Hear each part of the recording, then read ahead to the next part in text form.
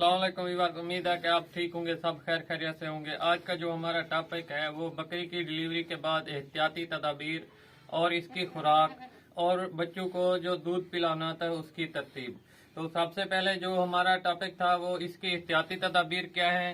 जो मैंने पहले हमारी वीडियो अपलोड हुई थी, इसके बाल बना लेने चाहिए थे, ये बैक साइड वाले और ये टांगों वाले, वो हमने बना लिए थे। लेकिन इनके नाड़े निकालने की वजह से, गंद वगैरह निकालने की वजह से, ये दुम के ऊपर आप देख रहे हैं ये सारा गंद लगा हुआ है।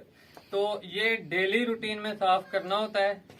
तो इसकी, क्योंकि ये सफाई का सारा निजाम चल रहा है, सिस्टम चल रहा है, तो डेली रूटीन में हमने किस तरह इसको साफ करना है और क्या तरीकाकार है।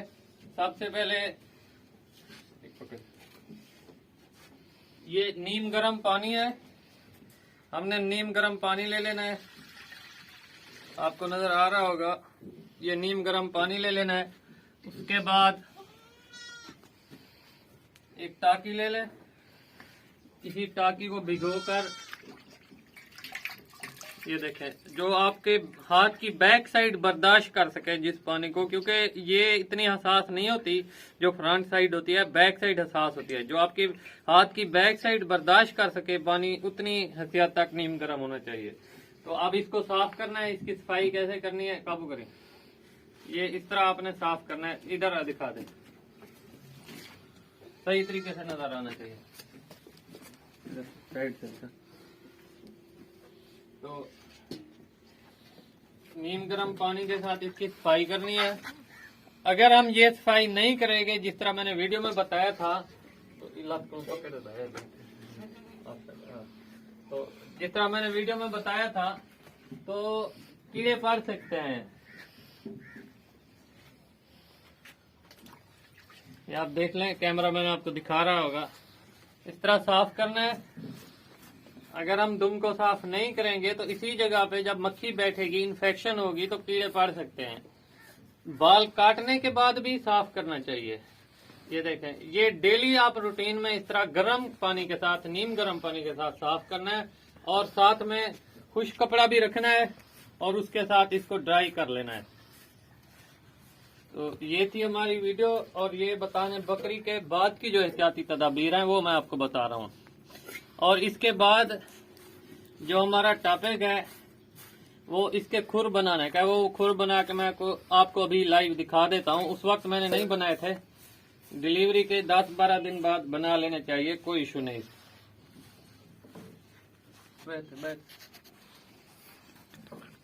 ये आप देख रहे हैं बिल्कुल साफ हो गई है इसकी दुम। तो ये वाली साइड भी इसकी साफ हो गई है। ये टांगों वाले जो इसके गंदगी वगैरह लगी हुई थी वो भी साफ हो गई है।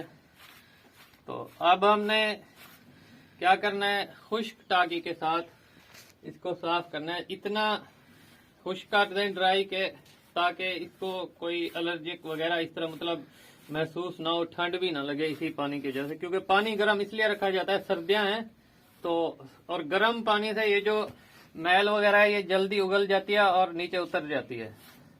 ये बिल्कुल आपने ड्राई खुश्क टाकी के साथ साफ कर लेना है। जितने भी बहन भाई देखने वाले हैं, ये छोटे छोटे पॉइंट होते हैं जो हमें अप ग्रो करते हैं बकरी फार्मिंग में। आपने ये कभी नहीं देखना कि इधर से पैसा कितना आना है। अगर आप इस चीज को नोट करेंगे आप कभी नहीं कामयाब होंगे। आपने ये चीज नोट करनी है कि इस बकरी फार्मिंग में हमने नुकसानात से, कौन कौन से नुकसानात हैं और इनसे कैसे बचा जाता है और कौन सी एहतियाती तदाबीर है। जब हम ये एहतियाती तदाबीर अपना लेंगे, इंशाल्लाह अज़्ज़ व जल्ला अल्लाह के हुक्म से हमें लॉस का कोई फिक्र नहीं होगा। जब हम एहतियाती नुकसानात से बचेंगे फिर सारा नफा ही नफा है। पैसे की बात बाद में आती है, पहले जानवर से वफा होनी चाहिए भी, किस तरीके से उसको हैंडल करना है। अब इसके मैं खुर बनाने लगा हूँ इसकी डिलीवरी के 10 दिन बाद। तो ये आप देख लें, मैं तो ये चाकू इस्तेमाल करता हूँ तेजदार।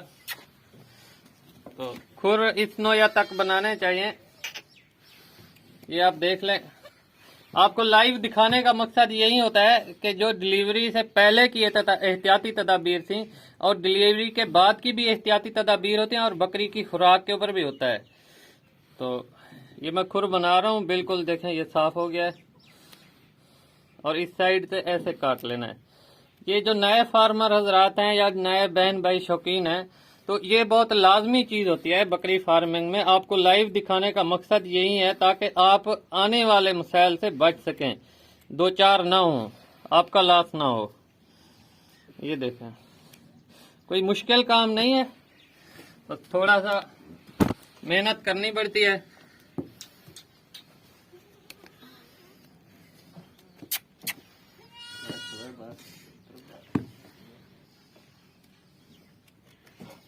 ये बराबर करके आपने काटने हैं।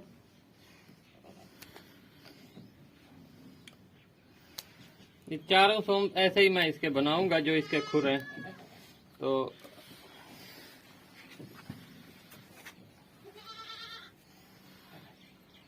सबसे पहले खुर को साफ कर लेना है इस तरह, ताकि आपको भी आइडिया हो जाए कि किस जगह तक खुर को बनाना है। देखिए, ये देखिए खुद ब खुद ये बता रहा है कि इधर से इस साइड से मुझे काटे।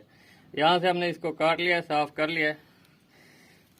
अगर आप इसको साफ नहीं करेंगे तो इसी जगह से बकरी को कीड़े भी पड़ सकते हैं जब तक आप साफ नहीं करेंगे, क्योंकि इनके नीचे थोड़ा बहुत जो इनका यूरेनियम पेशाब वगैरह होता है उसमें कीड़े बहुत जल्दी जाते हैं, पैदा हो जाते हैं। आपने देखा होगा, अगर अपने फार्म की रोज सफाई ना करें डेली, तो 2 दिन बाद करने हैं तो आपको इनकी मैंगनियों के नीचे या जो छोटा पेशाब वगैरह रहता है उनके नीचे कीड़े नजर आएंगे।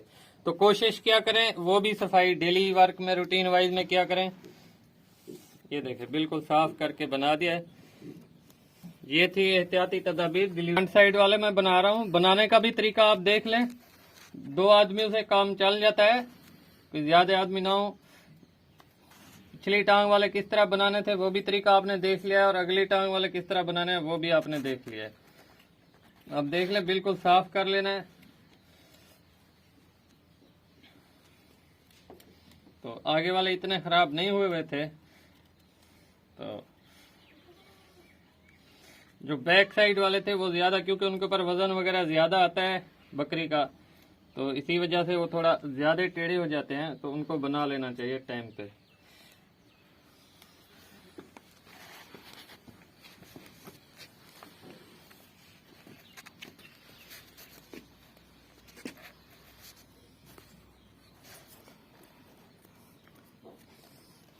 अब बच्चों को दूध कैसे पिलाना है वो तो सब आप जानते हैं, आपको पता ही होगा। तो उसके बाद क्या पिलाना है, दूध के बाद ग्रेवेट पिलाना है, ग्राई वाटर, वो भी मैं आपको दिखा देता हूँ। अब इसका काम पूरा हो गया है, इसकी दुम की भी सफाई हो गई है। तो ये बच्चे बंद हैं, इनको मैं निकाल रहा हूँ। बिस्मिल्लाहिर्रहमानिर्रहीम। तो ये आप देख लें, नीचे पाटसन की बोरी रखने का हमें क्या फायदा मिला है। जिस जिस जगह पे बच्चों ने पेशाब किया था उधर नहीं बैठे थे, वो इस साइड पे बैठे थे। तो इनमें कोई भी बच्चा गीला नहीं है। मैं आपको दिखा देता हूँ। सर्दी से बच जाते हैं आपके जानवर, आपके जो छोटे बच्चे होते हैं। ये देखें, ये हमारा मेल है अल्हम्दुलिल्लाह, ये फीमेल है। तो ये देखें अल्हम्दुलिल्लाह कहीं से भी गीले नहीं है, बिल्कुल खुश्क हैं, सर्दी से बच जाते हैं। और अब मैं झोली उतारने लगा हूँ। बिस्मिल्लाहिर्रहमानिर्रहीम।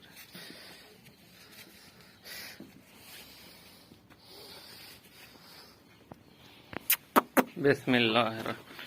अब मैंने झोली उतार दी है, ये दूध पी रहे हैं माशाल्लाह, अपनी मर्जी से दूध पियेंगे। बाकी बकरी की अडर क्वालिटी आपके सामने। इधर से फ्रंट साइड से जा, इधर से चल, शाबाश। ये दूध पी रहे हैं, और इसको क्या खुराक दे रहे हैं और कौन कौन सी खुराक कितने दिनों तक चलनी चाहिए इसकी, वो मैं आपको डिटेल में बताता हूँ। ये थी हमारी वीडियो। इस वीडियो के बनाने का मकसद यही था कि बकरी की डिलीवरी के बाद कौन कौन सी एहतियाती तदाबीर हैं, और बच्चों को दूध पीने के बाद मैं इनको, जो आपको पहले ही मेरी एक वीडियो अपलोड हुई है, छोटे बच्चों की एहतियाती तदाबीर और बुनियादी बातें, तो ग्रेवेट देता हूँ। ये आप देख लें, ये मेरी दूसरी बोतल है। पहली बोतल जो है वो खाली हो गई है, ये देखें। तो ये खाली हुई पड़ी है। अब ये दूसरा तीसरा रोज है, ये लेके आया हूँ। तो इनके दूध पीने के बाद मैं इनको ग्राई वाटर ये दे देता हूँ 5-5 सीसी। अब ये बड़े हो गए हैं, कोई ये ज्यादा खर्चा नहीं, लेकिन बच्चे बहुत ज्यादा ग्रो कर जाते हैं, बहुत ज्यादा। ये देखें माशाल्लाह, अब ये फुल होके दूध पियेंगे। अल्हम्दुलिल्लाह कुछ ना कुछ बच जाएगा, तो इनको कम्प्लीटली तौर दूध मिल जाएगा। ये आपके सामने है, मेल और फीमेल है हमारे। बाकी इसकी क्या क्या खुराक है वो मैं आपको अभी बताता हूँ अलग से, क्योंकि फार्म पे मसला होता है तो 2-3 चीज़ें ऐड करनी होती हैं और नॉर्मल खुराक से हटकर वो मैं आपको बता देता हूँ।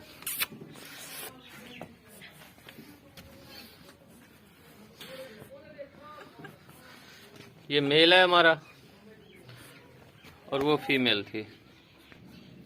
तो हमारा जो टॉपिक था बकरी की डिलीवरी के बाद एहतियाती तदाबीर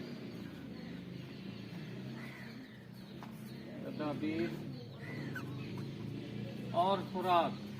तदाबीर आपको बता दी है और इसकी खुराक क्या है। हमारे पास गंदम 1 पाव सुबह शाम डेली। तो गंदम जो है हमने 1 पाव सुबह शाम डेली देनी है। उसके बाद हमारे पास आ जाता है गुड़। तो गुड़ की जो हमने मिकदार रखनी है वो हमने रखनी है, 1 पेटी नहीं होती उसकी हाफ, मतलब 1 पेटी दिन में खिलानी है। जो ऐसे उसकी पेटी बनी हुई होती है वो दिन में खिलानी है हाफ, मतलब सुबह और शाम को हाफ हाफ करके, तो 1 पेटी खिला देंगे।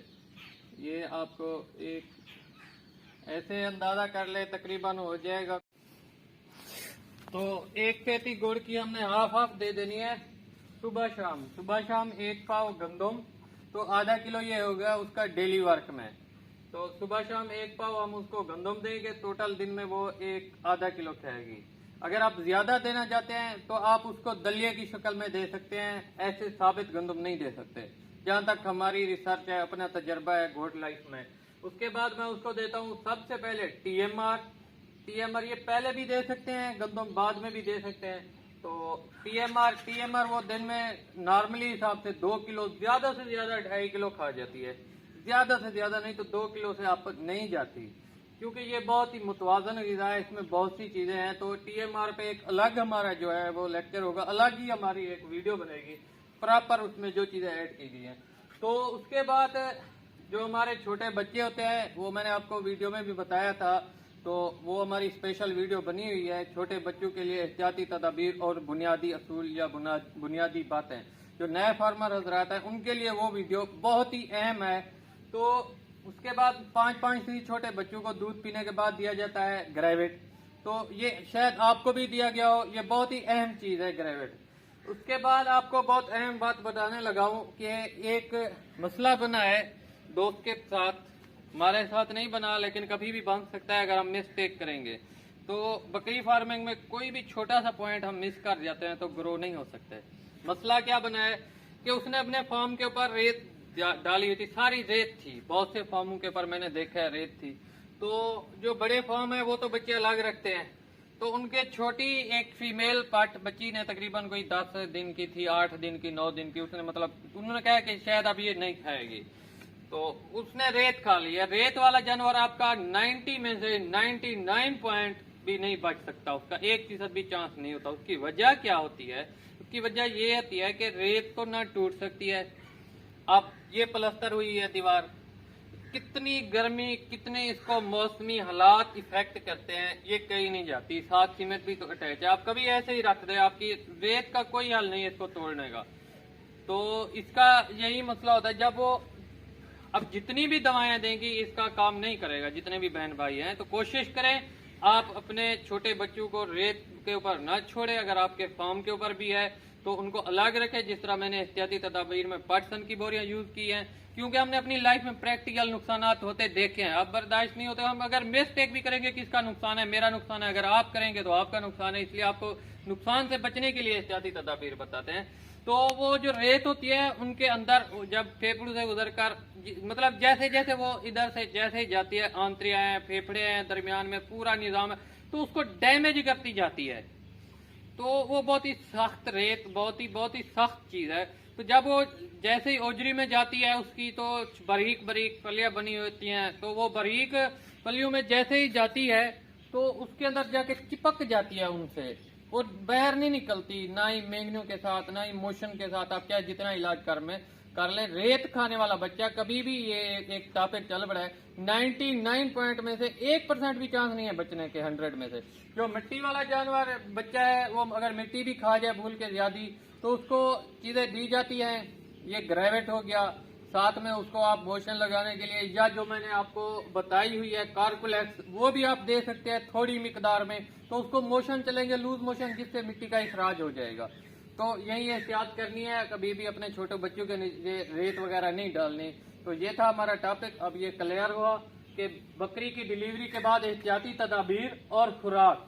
गंदम एक पाव सुबह शाम आधा किलो खाएगी आपकी बकरी, TMR 2 किलो, उसके बाद गुड़ जो है 1 पेटी। ये सारा जो प्रॉपर निजाम है, ये वाला निजाम आपने जारी रखना है जब तक 3 माह तक, ये आपने जारी रखना है, ये गंदम और ये TMR। गंदम के साथ आप एक और चीज भी ऐड कर सकते हैं, हमारे पास जो सबसे बहुत ही ठोस और मजबूत ग़िज़ा मानी जाती है, वो मकई का दलिया भी आप इस्तेमाल कर सकते हैं। तो इसके बाद ये जो गुड़ वाला फार्मूला है, ये हमने उसको तकरीबन कोई ज्यादा से ज्यादा प्रॉपर 1 महीने तक चला देना है, ज्यादा से ज्यादा, नहीं तो 20 दिन बाद मैं भी छोड़ देता हूँ, क्योंकि उसकी जो सफाई होती है 20 से 25 दिन के अंदर हो जाती है। बाकी जो रहती है, वैसे तो बकरी की सफाई 40 दिन के अंदर होती है। तो ये था हमारा टॉपिक। और कल की जो वीडियो होगी वो बकरी को बुखार के ऊपर होगी, टेम्परेचर है ही